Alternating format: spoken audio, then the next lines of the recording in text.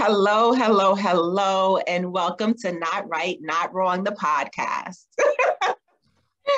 Welcome, Dark with the C, Mark with the C, and Just Ja into the space. How are you two? I'm groovy. All is copacetic. All is well on this end. All is well. How are you, Empress? Groovy. I'm feeling amazing. Thank you. Oh wow, I like that. I'm amazing. I'm glad to be back here with you two. Kind of. You look amazing also. Oh, thank you, fair sir. Of course. I concur. Oh, thank you, Jai. You both are looking mighty handsome yourselves. I concur. Thank you. I mean, come on. See, Mark, I just said it and I let it go. And don't push me. Don't push me. I'm gonna fall back. I'm gonna fall back. It was his mission to convince you that. So now you have said it. I've been fully hypnotized. Right? He's repeated it so many times that I'm like, let's go. Yes. Mark is still handsome. Mark is still handsome. Yes, Mark is still handsome. Yes. And it permeates through the brain waves, and then you finally speak it. Facts on facts. Mark, you are handsome. Indeed. Listen, truth be told, let me give both of you your accolades because you were both handsome gentlemen. So, thank you. All jokes aside, you were both very handsome.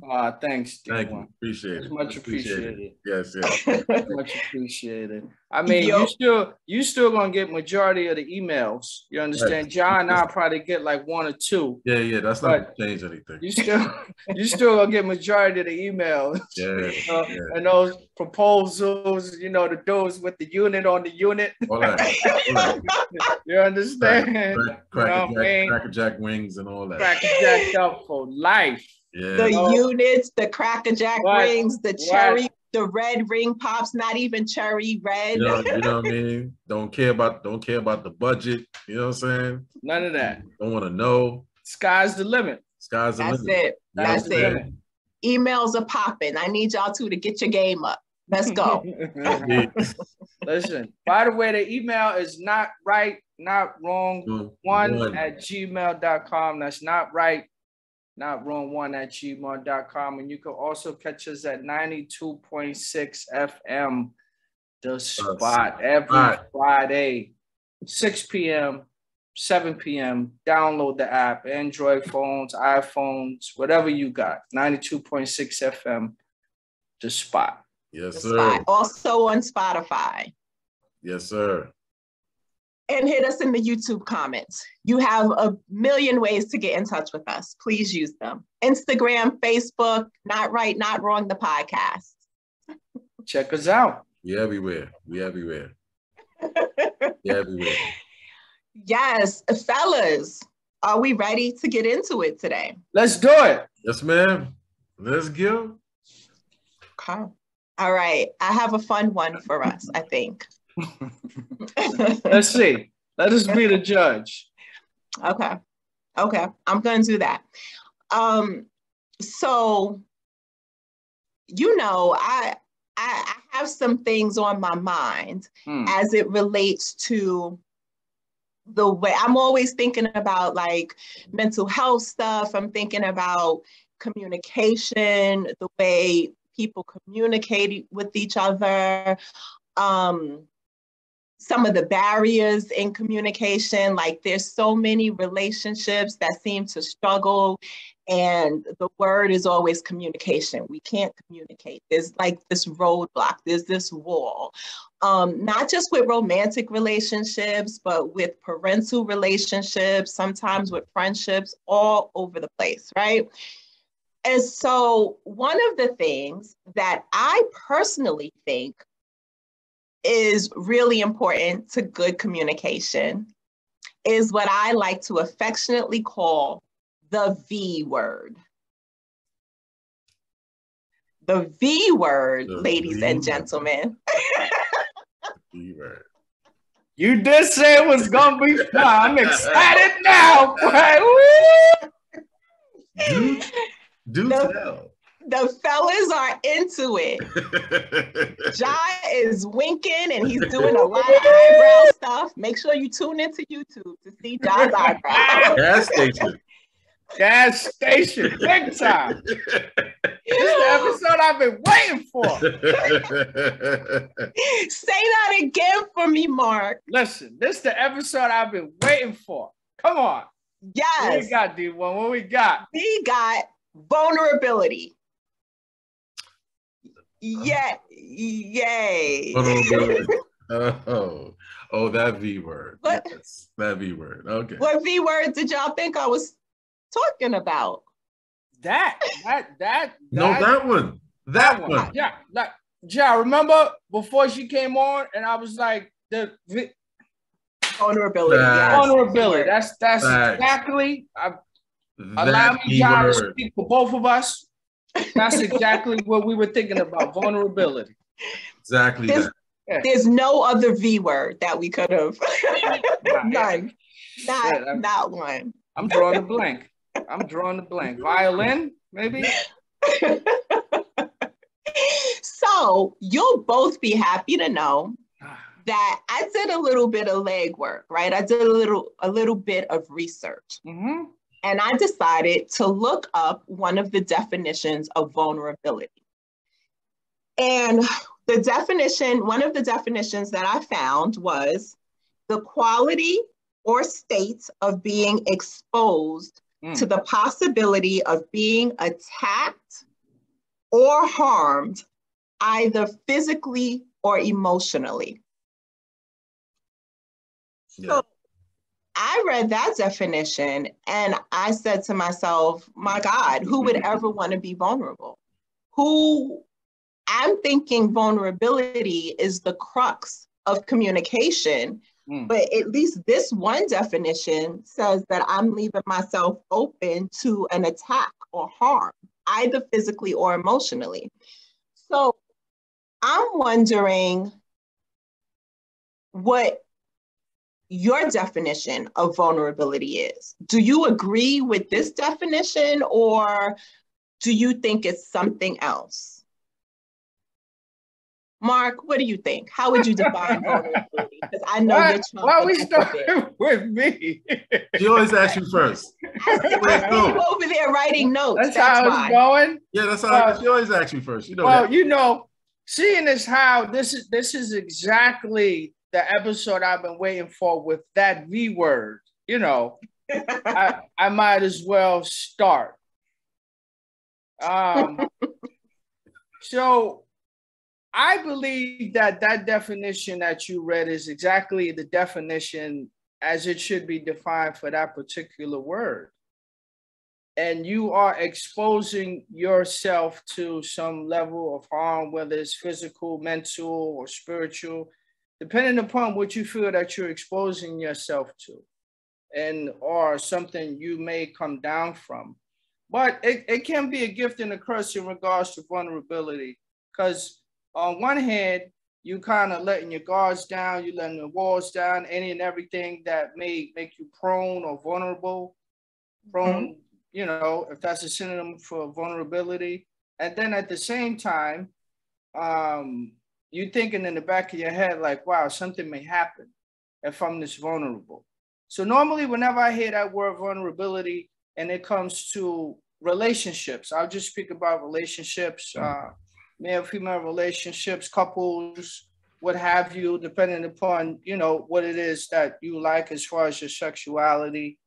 I normally always tend to go to pillow talk. For me, the most vulnerable I think that most men are is doing pillow talk. Because, after, 2 or 3 hour love session, 2 or 3 what? You said minute? Let me finish. You see? Ja, the host is being rude. You see? You see this? That's why she asked you first. I'm being vulnerable right now, and she's being rude. Absolutely. Okay.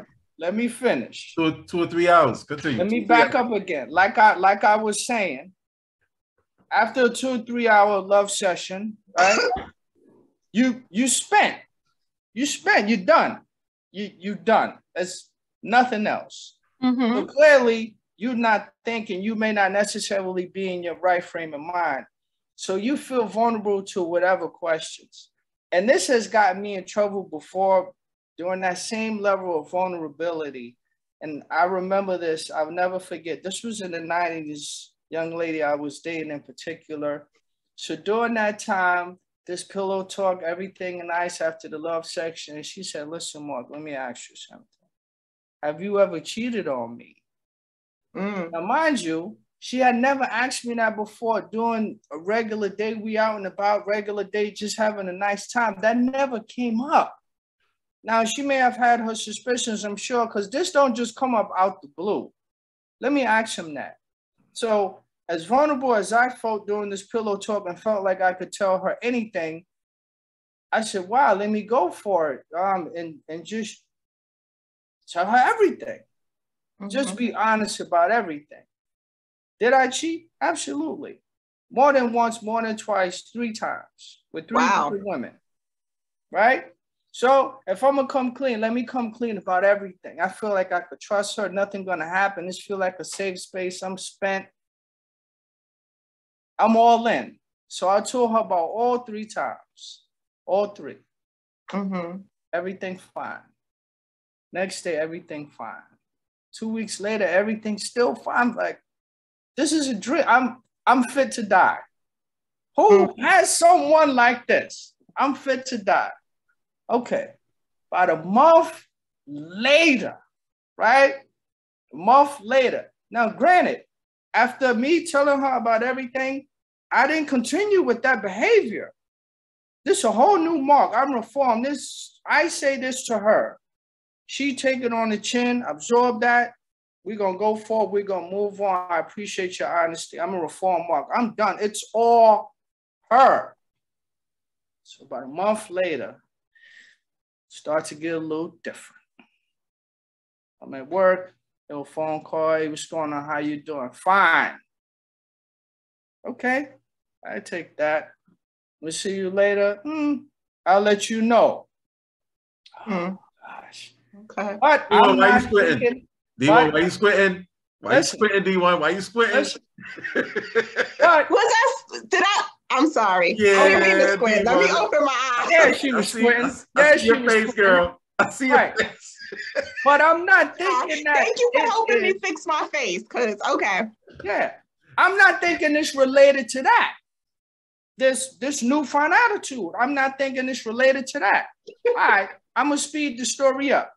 That's exactly how she looked, just like that, eyes square. Yeah. So I'm going to speed the story up real quick. Take with your story, bro. So everything is getting rocky. The attitude done changed and flipped. When we going to go out this day? When I'm going to see you this day? Everything, I don't know. I'm going to see. Nah, I don't want to. So now it's just, can't hide anything anymore. She's totally upset. I'm trying to figure out what's going on. It's bad. Not returning calls, nothing is happening. So I'm out there, we face to face. Like, listen, this is where we are. Something is going on. Clearly it's bad. What's going on? What we doing? So I won't be with you no more. Okay. Where is this coming from? Because I can't trust you. This is a month later. Right? So a month later, I can't trust you. Okay, but listen, I was honest with you. I told you everything. If you was this upset, you should have told me from the door. At that particular moment, we done moved on from that. At least I thought I did. You understand? So clearly we broke up. Because that same vulnerability that I gave her and telling her about all 3 of those women, that came back to bite me, because she said, you need to be with one of them. You understand? But you asked me. You understand? During pillow talk, I don't really see too many men laying down with their lady. Hey, babe, you ever cheated on me? Hell no. We don't do that. 1, you might answer it. You understand? 2, you might be honest. Boom. So she asked me, I tell her the truth. And this is what comes back and what happened. So this is, I must have been about 24, 25, something like that when this happened. I'm 51 years of age right now. I've never forgotten about that. I wear that scar for me being that honest.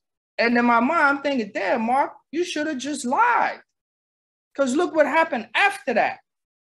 And then for her to wait and not be upset initially, I don't know if it had to fester, if it had to stew, or whatever had to take place, but I'm thinking everything is fine. But, you know, they say everything happens for a reason. You understand? Whatever reason, whatever lesson I needed to learn from that, I think it was, damn, maybe you shouldn't be that vulnerable. I'm not going to say maybe you shouldn't be honest, because honest and communication, they hand in hand, they're cousins or brothers and sisters. But as far as that level of vulnerability I showed that day during Pillow Talk, I learned a whole lot from that. So to answer your question, I think that is definitely the right definition of the word to me. Wow. Okay. So it sounds like you think that's the right definition. And in this example that you gave, you suffered as a result of what you're defining as vulnerability. Yeah, big time. I say from the time that happened in 94, 95, it took me about a good 6 or 7 years to get over that. Okay. Long time. And during this whole time, this is me trying to get back and her just giving me her ass to kiss. Well, who could I blame? Could I blame her for not telling me she was that upset off top? Should I blame myself because I cheated? I don't know who to blame. I want to blame her, but then I'm like, damn, Mark, you really got to sit with yourself. You did that. So, you know, ultimately I have to blame myself for that, but it took a very long time for me to get over that. My mom and my sister, they used to pray with me and just going through that. Oh man, I was hurt, like hurt. But do you think there was vulnerability in your process of healing, in your process of getting over it? It was, because I kept trying to get back with her. Granted, she still had the same phone number. I could still communicate with her. But whenever we would speak, she just wanted to talk about things on the surface. I don't want to talk about that. Hey, I just wanted to see how you're doing. I'm not good. What else can we talk about? I want to see you. I don't want to see you. She didn't want to get together. I don't want to ask how my day was, how work. I don't want to talk about none of that. I want to talk about us getting back together. She just want to talk about general conversations on the surface. How's the family and everybody? My family's good. I want to see you. And this is, after all those years, just me just being too vulnerable to her. If she call, she leave a voicemail, I hit a voicemail, I'll call right back. And she may or may not pick up. That was too vulnerable for me to do that. Then after all that time, just one day, I was just like, enough is enough.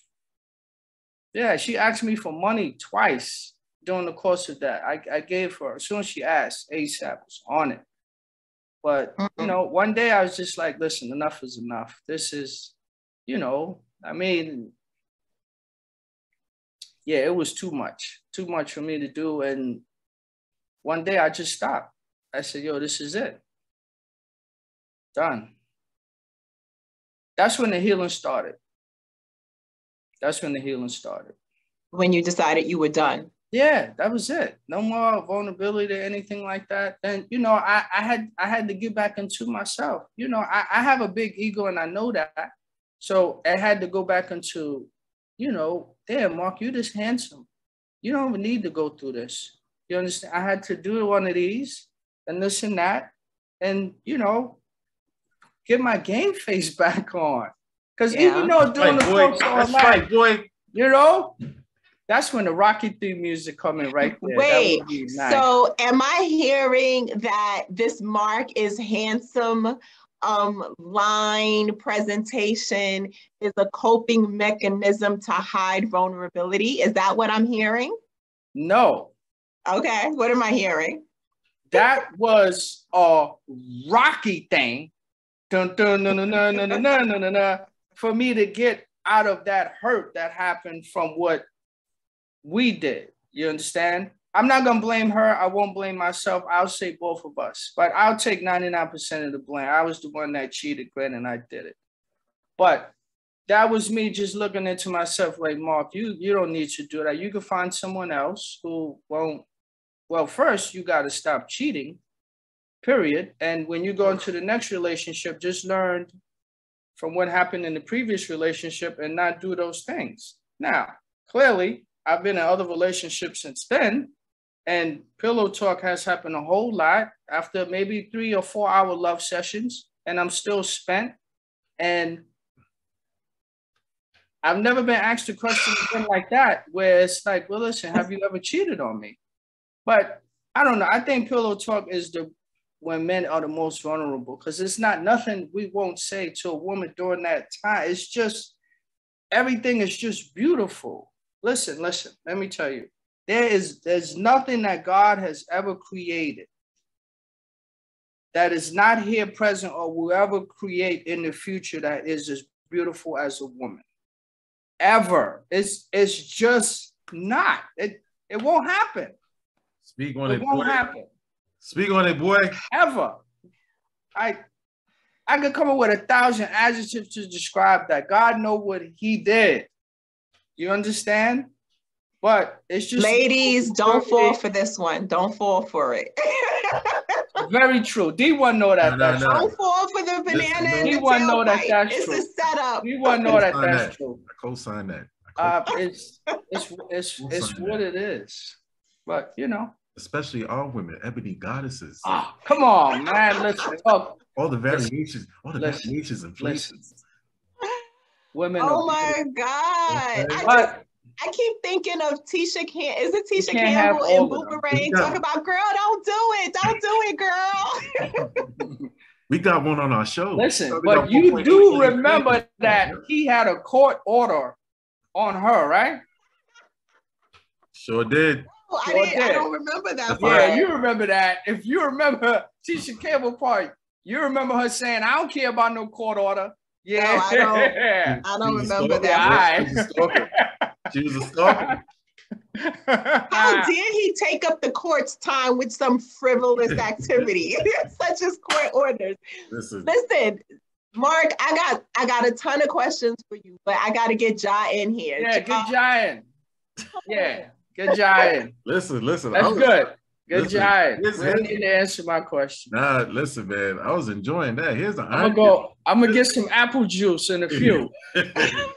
Here's the irony of the whole thing, man. We just experienced a vulnerable moment right now with Mark. That was vulnerability right there. Boom. Right there. You know what I'm saying? But I gotta answer now. Yeah. He can't finish? No, he's done for now. We're gonna come back to him. But come on, get in this vulnerability water. Since we talk about the V word. The V word, man. The V word. See? Tell you something about that V word, man. That V word. What V word are you talking about, sir? Vulnerability, man. Oh, okay. Vulnerability. Gas station. Vulnerability.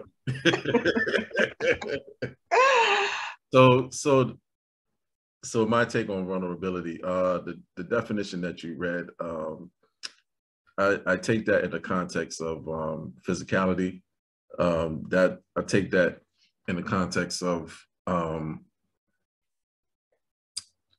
vulnerable to harm, physical harm, emotional harm. It's almost like you're not prepared for combat or war mode or fight mode, whatever the case may be. Just in terms of the physical, I mean, that's one context you could take it. But the other context of which I more prescribe to is the aspect of being fearless. To me, vulnerability is fearlessness. Because you're not, you don't have a wall, because to me, I don't have the wall up to protect myself from thinking of how people are gonna think of me or judge me. Vulnerability to me is authenticity. To Mark's point, the guard is down and you're being your authentic self to someone. They're seeing the whole you, the essence of you. The essence of you meaning the true you, who you are, not the mask that you put on out in public. Not the airs that you put on in public, but when you come down off of that and you take off the mask, and the people that you trust, the people that you trust the most, you love the most, they see your vulnerable side, how you feel about things from an emotional standpoint, where you can express your happiness, your sadness, your pain, your anger, all those different emotions to people that you care about and love the most, and hope and trust the most, and hope that's just reciprocated. So you feel comfortable enough to be fearless and showing your authenticity to these people, and all those range of emotions to those people. Everybody don't get that. Y'all two know that. Not everybody's gonna get all of that. Yeah. From you. You know what I'm saying? Because you don't deem them trustworthy, or energetically, you don't have that bond, you don't have that synergy to give them all of that. So that being said, I salute people who are vulnerable, regardless of who sees it. They wear their heart on their sleeves for all to see. They don't care what the public thinks, who thinks what. This is who they are. This is how they feel about certain things, and that is that. Two people that come to mind. They just come to mind. And I actually admire people like this, because they display fearlessness. I'm not on that level. I will tell y'all that right now. I am definitely not on that level of vulnerability and fearlessness. But two people come to mind. They're famous people, famous brothers that display that to me is Allen Iverson and Dennis Rodman. Dennis Rodman, we all know, is an eccentric cat, but every interview I've seen him in, he's pouring his heart out. He's expressing how he feels about certain subject matters. He's crying.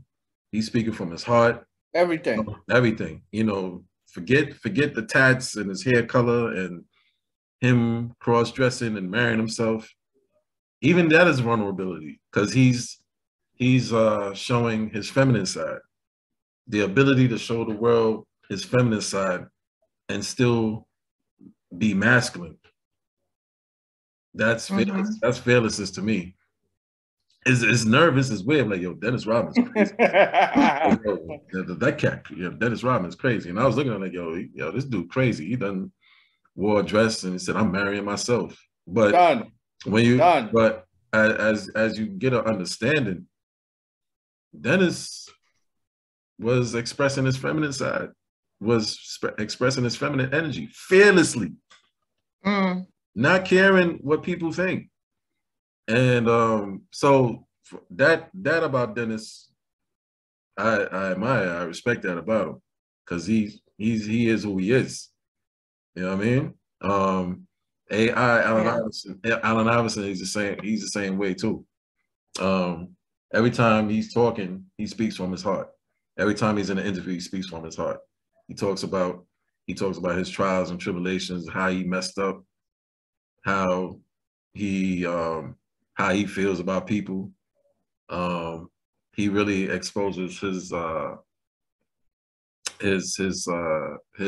He exposes his heart. He speaks from his heart all the time. He cries on interviews. I admire dudes like that. To me, those are real dudes. Everybody wants to talk about, real people real ends. You know, those two cats are example of real ends. You know what I'm saying? And being real is being vulnerable. I'm not on that level. You know, I'm on the level of the people who I care about, who I feel close to my heart. They get that, not the whole damn world. Is that a level you want to be on? Yeah. Okay. I wouldn't mind that. I wouldn't mind being on that level because I admire that level of vulnerability. I would love to. I strive to be at that level. Not there yet, but I strive to be at that level because that's a level of vulnerability I admire. So yeah, of course, I would strive to be at that level. Absolutely, absolutely. Yeah. Mm-hmm. You know, listening to you talk, John, listening to both of you talk actually made me think of a couple of things. One, I'm hearing a bunch of other words come into play, right? I'm hearing authenticity, I'm hearing honesty, I'm hearing fearlessness. And I think for me, if I have to define vulnerability, I think it's kind of all of that and more, right? I think that there is a certain level of honesty with yourself first to pull back. Jai is talking about a mask. To pull back this mask, you have to be honest with yourself about who you actually are. And when you talk about Dennis Rodman and AI, I don't know, like I know about Dennis Rodman when he's being extraordinary, right? When he's on the TV screen all over the place. Yeah. But the first thing that came to mind is that sometimes it feels as if, and I'm not saying that this is Dennis Rodman, but what first came to mind is sometimes people can put on an act almost, like looking fearless can also be a mask because it can mask all of, like, I can't show you what I'm really afraid of. So I'm going to come out in the world and it's going to look to you like I've shown you everything and I don't care what you have to say about me. Yeah. But really, the real vulnerable side of me goes home and is like, I really do care. And so what came to mind is I don't necessarily know by someone's outward behavior if they're being vulnerable. I think it's something that I feel for myself and I feel when I'm in connection with somebody. But I think there is this aspect of risk take. Like, I don't know if have you guys heard about Brene Brown? I'm not familiar with her. No. Okay. Brene Brown is like, she's this white female researcher. She calls herself she's a researcher. She's researched vulnerability. Some people also reference her as a storyteller. And she does all of this work around understanding what vulnerability is. And part of the way she describes vulnerability, which I agree with, is that it's about risk-taking, right? There's this uncertainty. There's this sharing a piece of yourself with someone else and not knowing what the outcome is going to be, right? Which I think speaks a little bit to what Mark was saying in this, pillow talk after his 3 or 4 minutes of sexy time, where he spent, and now he's pouring his heart out. I knew that was coming. Yeah. Well, go ahead. I'm a truth teller. Go ahead. Anyway. So, but there is this uncertainty, right? There's this I'm sorry, did you say something, C1? No, go ahead. I didn't want to interrupt you. Okay. But there is this uncertainty that goes along with it from my perspective. But to me, it's not only honesty, right? In that situation, Mark, you recounted being honest about some of your behaviors. But in my definition, that's only a part of what vulnerability is. Like for me, listening to you say that, the vulnerability would really be like, well, why? Help me understand you. Help me understand what you were going through when you did what you did. Then that becomes part of, for me, for my definition, vulnerability. Mm-hmm. But part of what Brene Brown talks about is this concept of courage, right? And she separates courage from bravery. And in defining courage, she talks about taking the risk to tell the story of your heart, which I'm just like, my mind is blown at the thought of it.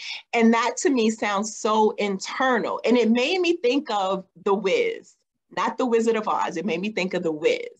And it made me think of the Cowardly Lion, right? Which in The Wiz is represented by a Black man, right? A Black man is the actor behind the Cowardly Lion, right? And if we know the story of The Wiz, the lion represented bravery, right? That is outward fearlessness. I know that there is a threat and I am going to present bravery outward. But what he wanted was a heart. And that to me connects to courage. That is internal courage. That is showing myself to the world and not knowing what the outcome is going to be, but being so authentic in who I am and believing so much in who I am that I show my inside to the outside. So with that in mind, what I want to know from you two, gentlemen, because I feel as a Black woman, I have struggled to find vulnerability in many of my Black male counterparts. So I'm wondering what vulnerability, what hesitations do you have as an individual Black man or as a group as it relates to vulnerability? Because the other thing about Brene Brown is she's a white woman. The thing about me is I'm a Black woman. So what is it? Is there anything that stops Black men in particular from accessing vulnerability? I effing love that question. And I love your interpretation and definition. I think your definition is more accurate, actually, of vulnerability, because you hit some major points, and that is a great ass question. But Mark usually goes first, so no, you gonna go first on this one. Go ahead, Ja. Go ahead, Ja. Since that's a great ass question. Not right, not wrong. Not right, not wrong. 92.6, the spot. You did. Every Friday, 6 p.m., 7 p.m. All right, Ms. D1, here's my answer. The struggle to display vulnerability amongst Black men collectively is due to how I think I could speak for a lot of Black men who grew up in urban areas. People who are watching the show, you can correct me if I'm wrong, but if I'm right, you can relate. If I'm wrong, please share your definition. But I think I can speak for a good number of, like I said, brothers collectively who's brought up in urban areas. Vulnerability is weakness. Mm-hmm. Vulnerability means, vulnerability is you being soft. Vulnerability is only for females. Men don't cry. Men are not supposed to express themselves. Men are supposed to be tough. This world is tough. Get tough. Don't show fear. Don't show weakness. Don't be a punk. Vulnerability equates to being a punk. This is ingrained in us by our fathers, the fathers who are around, ingrained in us by our peers in the streets, ingrained in us even by how women react to the men who show no vulnerability. the hard rock, the hard guy, the tough guy, the bad boy, the alpha, the strongest man in the room,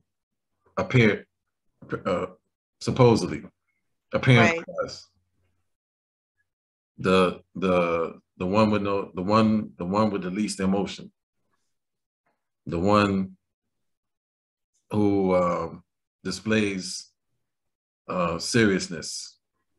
Nothing affects him. Oh, he's cool. He's cool. I like him. He's cool. And he's tough. And he's tough. And he's strong. You know, he ain't scared. He ain't scared of nothing. He ain't scared of nobody. We've all been programmed and instilled and influenced by this type of mindset. So vulnerability is looked upon as soft, weak behavior. Showing emotion, crying, speaking from the heart. Even in relationships with our women, a girl breaks up with us, a girl breaks our heart. Nah, so what? She was nothing anyway. She was nothing anyway. That's all right. That's all right. Go on to the next one. Done. You know what I'm saying? I'm still that dude anyway. Like, yo, she don't know. I chose her. There was like 20 chicks on me. It's 20 chicks on me. What? Talk that talk. You know what I'm saying? It's 20 chicks on me. What? It's whatever. Another notch on the belt anyway. You know what I'm saying? No consequence. There's no emotional consequence to losing her. But his heart has been ripped from his chest. Done. But ain't nobody gonna see that. You know what I'm saying? Yo, Ja, what happened to you and Tamika? Nah, shorty, she on some BS, yo. She bugged out. Yo, she bugged out. Yo, she wild, B. She wild enough. She bugged out, B. You had to dead that, son. Yeah. Yo, the whole demeanor changes. Yeah, it's like, yo, she's wild. Yeah, the whole demeanor. It has to. The whole demeanor changed because this is how we're programmed. This is how we brought up. We're about to book. Stay strong, 10 toes down, stay in your square, be tough, be manly. What? Cry in front of your boys? What? Cry in front of your boys? Ah, yo. Why you crying? Yo, you crying? Yo, you crying over her? Ah. Yo, you let, yo, she whipped you like that? Yo, you whipped. Yo, you pee whipped. Yo, shorty pee whipped. Yo, shorty pee whipped them. Crying ass. You crying ass, man. You know what I'm saying? Yo. Yes, this is what happens amongst young men, Miss D1. Mark, am I right? Or am I wrong? You co-sign that or not?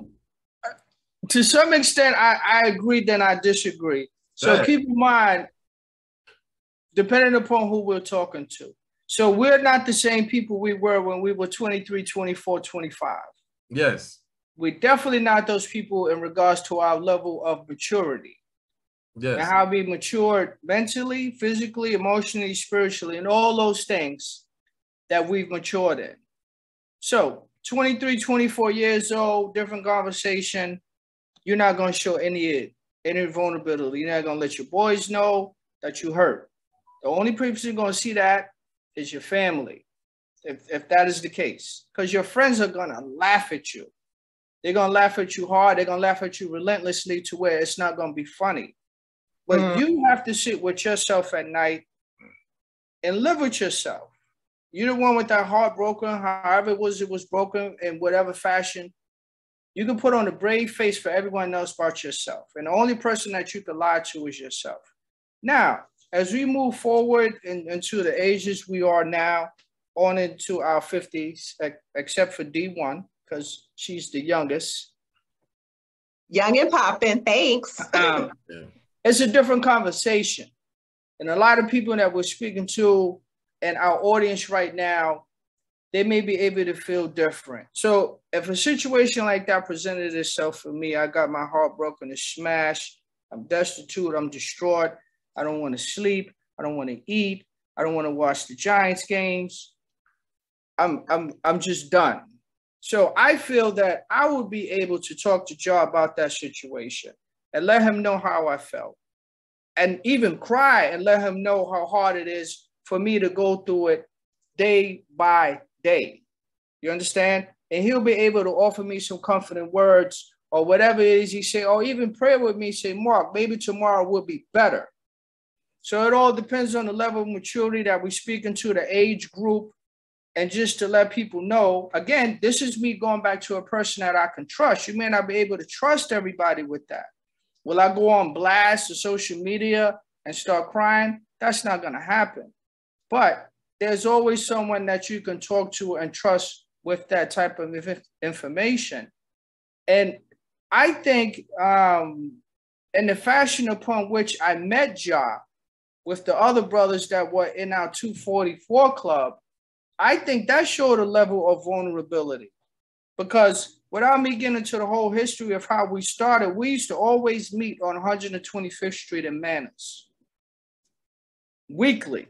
I think once a week, twice a week, we always met there, all 7 of us, when it was the whole squad, all 7 males, all different outlooks on life, all 7 different opinions. And we were just open and honest about everything. You understand? There's no reason for me to lie to any of them. I don't know them. But the more we got together, the bond just continued to grow with one another to where we could just discuss everything, whether or not we heard about something, whether something happened to one of our family members, whether it's something at work, whether it's something we're that angry about to where we want to do something violent, or something where we feel scared. And that's saying a lot about us to tell another guy, like, listen, yo, I'm scared. But we were all honest enough around each other. Again, this is when we all in our late 40s, but it's a different time. We moving beyond that.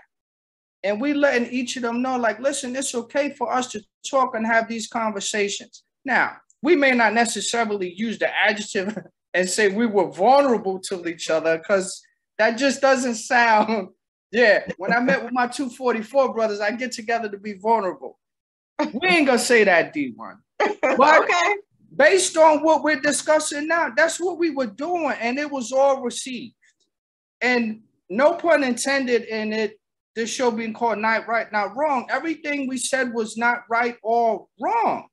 It was just accepted. And some of the opinions that came across, oh my God, you can't be serious. You think like that? We had to accept it because we're not that person. And I think a lot of males could do that, not just Black males. I think a lot of males could do that, and a lot more males are doing that just to help each other. Because, you know, a lot is being said about mental health, a whole lot, more so than anything else. Because, you know, I don't even know if there's much that needs to be said, because there's a lot of people going to the gym. They really got this fitness thing down pat. A lot of people are going to the gym religiously. People are seeking some spiritual enlightenment in different ways. Some ways I may not agree, but they're doing that. And I guess the same thing with the emotions. As far as that, people are going to seek therapy. But as far as, you know, what we discussing in regards to vulnerability, I just lost my train of thought. Man, that's age. That we were explain that to each other, but not necessarily using that word. Not using that word. But let me ask you both, because we about to wind down soon, and I gotta get this question in. Ask y'all first. No, I'm asking you first, because what you said just made me think about it. So you coming in first. I got it. So it almost, like, I can think about instances where I saw men emote together, right? Cry, laugh, get angry, things like that. Again, not using the word vulnerable, but like go through ranges of emotions, like in circles together, like that was definitely happening. In partnership, like in companionship, you know, these kinds of things. How does that, or does it translate into relationships. And I know, Mark, you're like, it's not necessarily just about Black men. So you can make it broader if that feels relevant to you. But how does that relate to relationships between Black men and Black women? Do you guys individually and as a group, you can speak from any perspective you want, do you find value in being vulnerable with Black women? Do you trust Black women to be vulnerable with? And I'm not talking about any Black woman. I'm not talking about your mother and your sister. I'm talking about the love of your life. I'm talking about that woman who you given your whole 2 and 3 minutes of sexy time to. I'm talking about that. Still on that, you see? Are we safe? Do you feel safe with us? Is vulnerability something that you want with that woman? Well, I'll definitely jump in on that. And I know I had mentioned this to you guys before. And I'll say this again, since we're on the show, since we're being honest about that. And before I even get into that point, it's a level of vulnerability that we're all doing now by being on this show, by being on social media, about expressing our views. We're open to any type of cancellation, since that's the thing right now, any type of negative email, any type of negative comment. We're opening ourselves up to you guys so you can learn from it. Ultimately, that's what it is. And us learning from each other. So that's a level of vulnerability right there, and us doing this show and us giving of ourselves to you. And as we continue on, you learn. But what I'll say in regards to the vulnerability, do I trust the woman with what to give all that? In my whole life, my 51 years of living, I've had my heart broken 3 times. 3 times. And each time was worse than the previous time before that. The first time it happened, I mentioned it in regards to that. The second time it happened years and years later.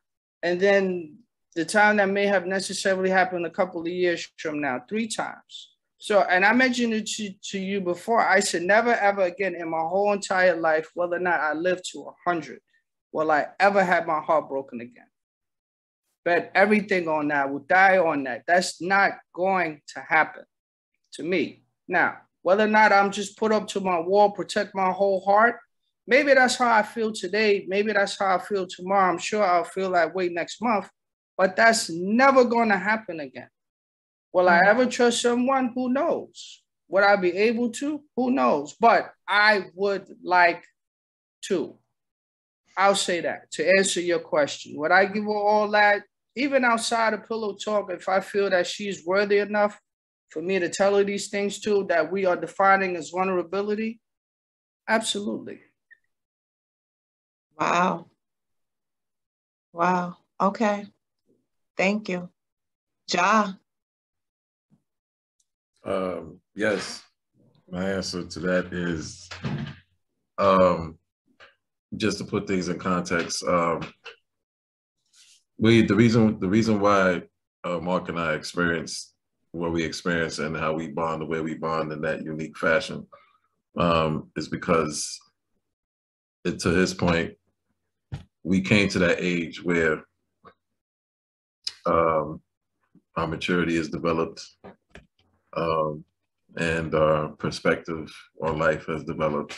So there is a growth there. There was a growth there, spiritual growth, personal growth. So in that, we just happen to be fortunate to attract each other, to be on that same frame of mind where we can share and be vulnerable with each other in terms of any aspect or topics of life, sharing. That turning, and for me personally, that turning point came to me when I attended the Million Man March in DC, Farrakhan, and I saw over 1 million and some odd Black men engage in expressing genuine love for each other, and we were total strangers. It was like 1 million strangers, 1 million Black men who didn't know each other, expressing love to each other. that was the switch for me. So I went out there. The Man March was in '95, so I was 23. So I was 23 when I was out there with two of my brothers, my friends, and that was a turnaround for me to be more into my authentic self and be expressive in how I feel about certain things, especially not and being less fearful in expressing my feelings to my brothers. I making the effort to speak life into them, to sing their praises, celebrate them. That the Million Man March inspired me to be that way because, like everybody else, I was programmed to, like I was saying earlier, how and I'm sure a lot of Black men prior in their adolescence, teens, and 20s, was programmed to feel and taught. But in terms of, so in translation, as for Black women, yes, of course, I believe Black men can be vulnerable to Black women. Contrary to what a lot of people feel in terms of that, Black men can be vulnerable to Black women and express, because for me personally, Black women is more or less on the same, going through the same struggle as I am. The Black women are more relatable to me, and for me, the reason why I feel I can be vulnerable to Black women is because I grew up with the love and support of Black women, and not even just my mother, but mothers of certain friends of mine, right? Took me in as like an adopted son, like the play mother, the play son, whatever. So it's you know how that go. So my relationships with Black women throughout my life has been more or less healthy for the most part. It's not to say I've had some mishaps and dust ups, of course. You know what I'm saying? It doesn't, but for the most part, I'm not gonna put those dust ups, classify those dust ups as an indictment on how my overall relationship with Black women were. So, John, I'm sorry, I just want to interrupt for a second because we're coming to the end of our time. Yes. And so to the 92.6, The Spot, the listeners, thank you very much for tuning in. But hang out with us. We're going to keep talking. So check us out on YouTube and you'll catch the YouTube after show for everything that you missed on the radio. Facts. So I'm sorry, Ja. Yeah. So which in turn translates to how I'm able to be vulnerable with my wife, and also translate to my relationship with my daughter. So it's possible. I'm sure I'm not the only brother out there. There's lots of brothers that share my sentiments, and there's brothers that I personally know brothers that are not afraid and trust the women in their lives that they can open up and be vulnerable with. Now I don't know their vulnerabilities by detail, but I ain't gonna know by detail. Yeah, they ain't sharing all that. They ain't no shit, and they don't need to. Ain't none of my respect. Right, ain't none of my freaking business. But I see the interaction. I see the synergy between my brothers and their significant others. The synergy is there. The love is there. So I imagine the vulnerability is there as well. Yeah, I feel like I've heard both aspects of what you guys are saying from other men. I've heard the perspective of, no, yeah, I've my mother, my sister, I've been surrounded by women, and I have a wonderful woman in my life. Yeah, I've had some dust ups and some mishaps, but overall, I've had a plethora of positive experiences with Black women or women, however, I'm specifically asking about Black women. Yeah. But I had more positive experiences, and I see the benefit of vulnerability more than not having it. But Yeah. I've also heard some of what I think Mark is saying of, yeah, I tried it. I actually tried it 1, 2, 3 times, and it hurt really bad. And at this point, why would I do it again? Or maybe I would do it again, but whoever I do it with really has to prove something to me. It really has to be a different situation for me to even risk that level of emotional pain, because it takes too long for me to heal. And I know Mark has said this before, and he just kind of said it again now, it takes me a minute to heal. I need some time. Facts. Yeah. Well, that is the prime example of not right, not wrong. Yeah. Two perspectives can be right at the same time. At the same time. Or wrong. Mark, you were writing notes. What you writing over there? Nah, just jot down a little bit of this and that. I definitely appreciate you speaking about this topic, because I know you wanna, normally the topics that D1 comes up with, you wanna dig deep down into the psyche. You wanna understand why are human beings. I do. And do things that humans do. And then once you figure out why human beings and do what human beings do, you want to know why this type of human being does this. And then it gets down to gender. Then it gets down to race. Then it gets down to where you live. Then it gets down to socioeconomic. Then it gets down to finance. And then once it gets down to that, then it's within those particular categories, what's going on within those particular categories in a household that makes you. So with that question in mind, in regards to the topics you come up with, that will be a lifelong quest, because everyone is different. But at the same time, you bring up these topics and we speak on it, on our perspectives and life experiences.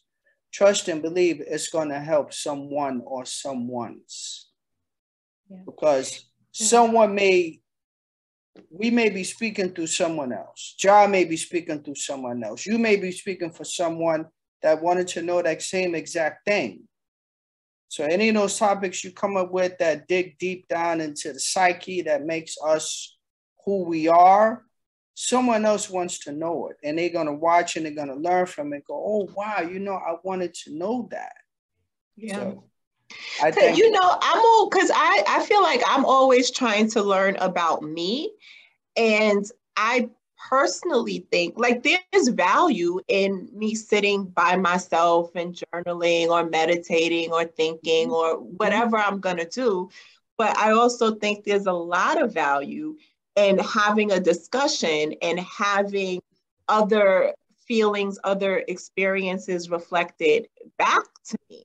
So as much as I'm trying to learn about other people and other people's experiences, I'm also selfishly trying to learn about me and how I move through the world. And I do, there's so much, whenever I start to think about a topic, I think about race, I think about ethnicity, I think about nationality, I think about gender, I think about socioeconomic status, I think about ancestors.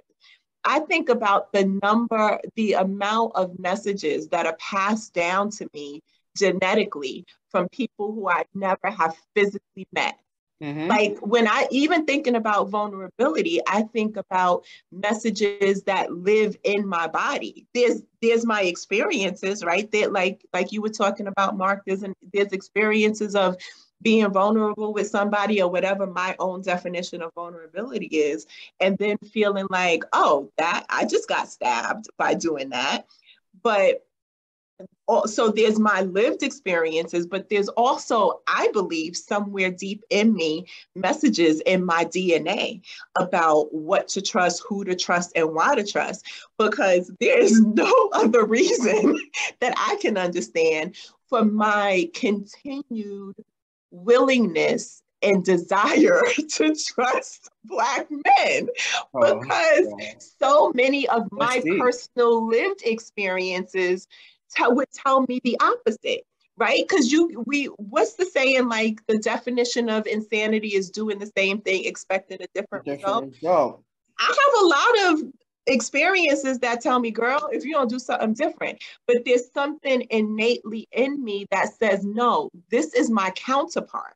This is like, and I believe in vulnerability. I believe in my own integrity. So whether or not I engage with somebody else who I think believes in the same thing, and I find out later they don't, that's not going to stop me from doing it. And the only explanation I have is it must be in my DNA somewhere. Why else would I be doing this? Like, I don't know. In your bloodstream. It's in your bloodstream. Gotta be in my bloodstream. What's that called? Is that called bloodletting, when you like get a blood, like let out all of this blood and try and get fresh blood? Maybe I need to get fresh blood. I don't know. But I refuse to give up on connections with Black, like I refuse. And I'm speaking specifically romantic connections, because friendship connections, and you two are evidence of it, that friendship connections with Black men are different. And maybe that's another part that makes me hold on as well. But romantic connections are challenging. And I'm always trying to figure out, well, what is the problem? Like, why is this so incredibly hard? Dig it. And I think the beauty is you trying to figure this out until you don't have to anymore. But, there's also a lot of value. There's a lot of value in sex. So I'm saying that not to be funny, but I'm just saying it's a lot of value in that. And that's nothing to think of as cheap, because whenever it is that you are with someone in that regard and you're being intimate and you are giving of yourself, that is a union. You can't turn that back, regardless of where that leads to, wherever it is that goes at that particular moment, or however long it took. In my case, 2-3 hours. You understand? But that is a moment, that is a union. That's nothing that you could turn around. And some people may look at that a lot different than others. And that's a whole different level of vulnerability in regards to you allowing this person to sleep with you. You are giving of yourself. That's not something to take lightly. And again, that leads to more maturity, because 23, 4, 25-year-old Mark, we feel different about that. Like Josh said, that's just another belt notch. But as you get older and start to see what that means, and start to see what that means to the opposite sex, and what it is that you're doing and how you're bonding in that fashion, that's a lot. That's a whole lot. That's a big level of vulnerability, because you are making a decision. So can I ask you this, Mark? Of course. So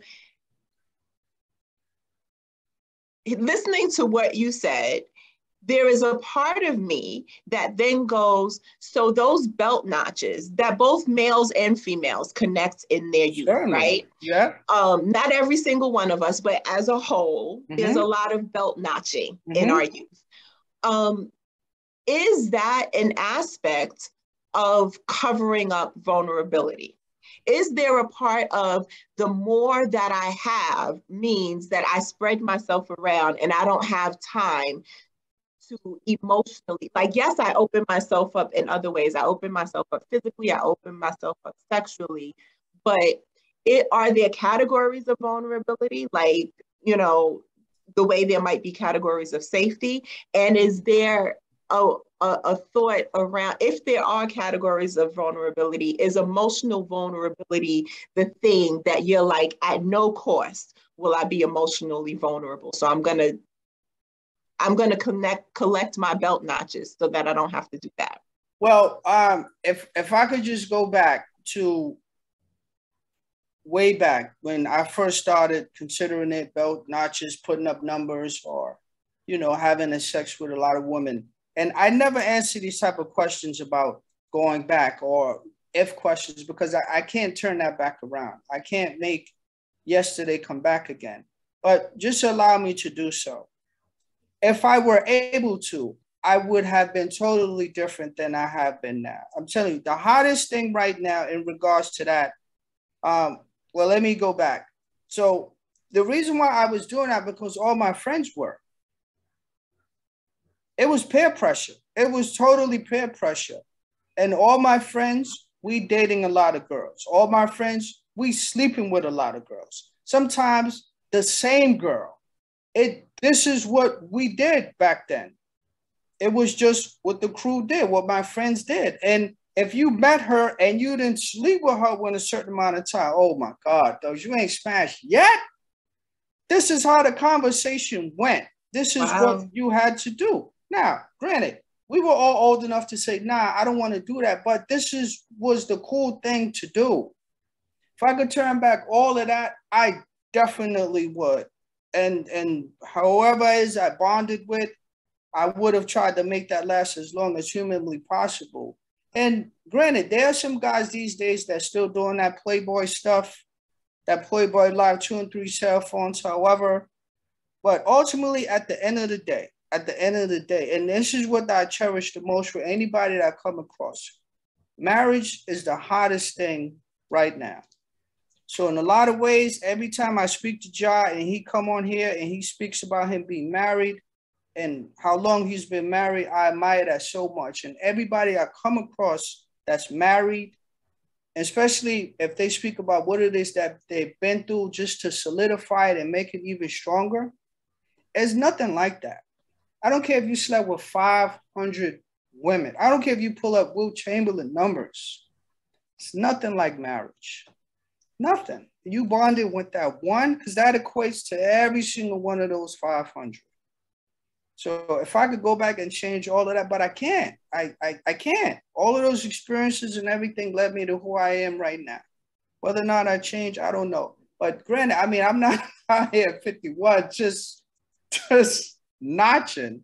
It is only one person. Let me make that clear. I'm not out here still notching.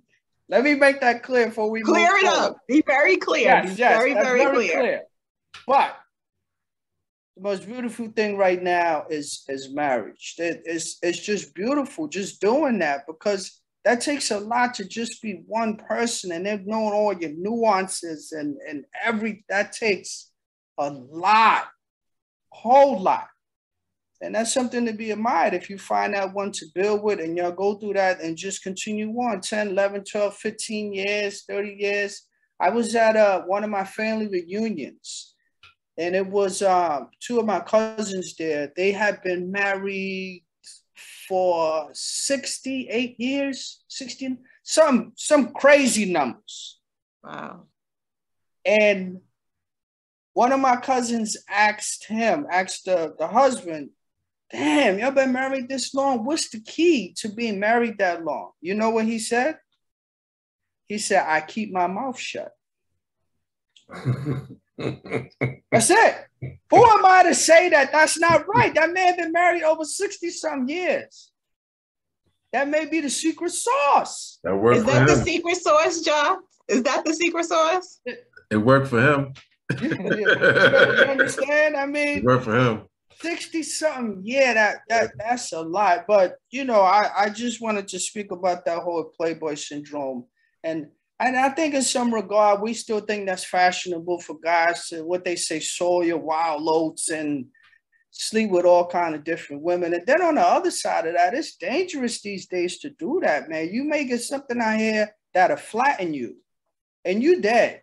So that's a lot of other things to factor in, and you being out here in Playboy style and all that. Believe me, listen. We had some of those same threats. We had some of the same threats about things flattening us. That didn't stop us.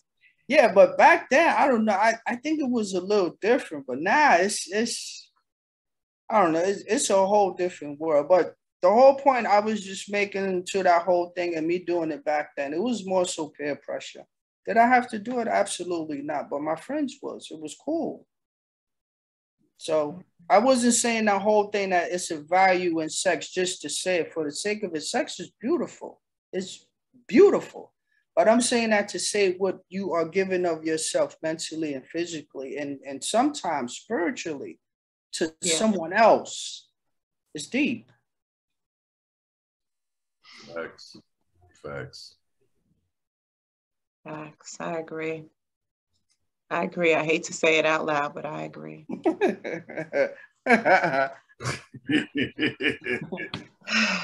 Ja, we still got this red light going. Anything you want to say before we stop this? No. Anything you want to add?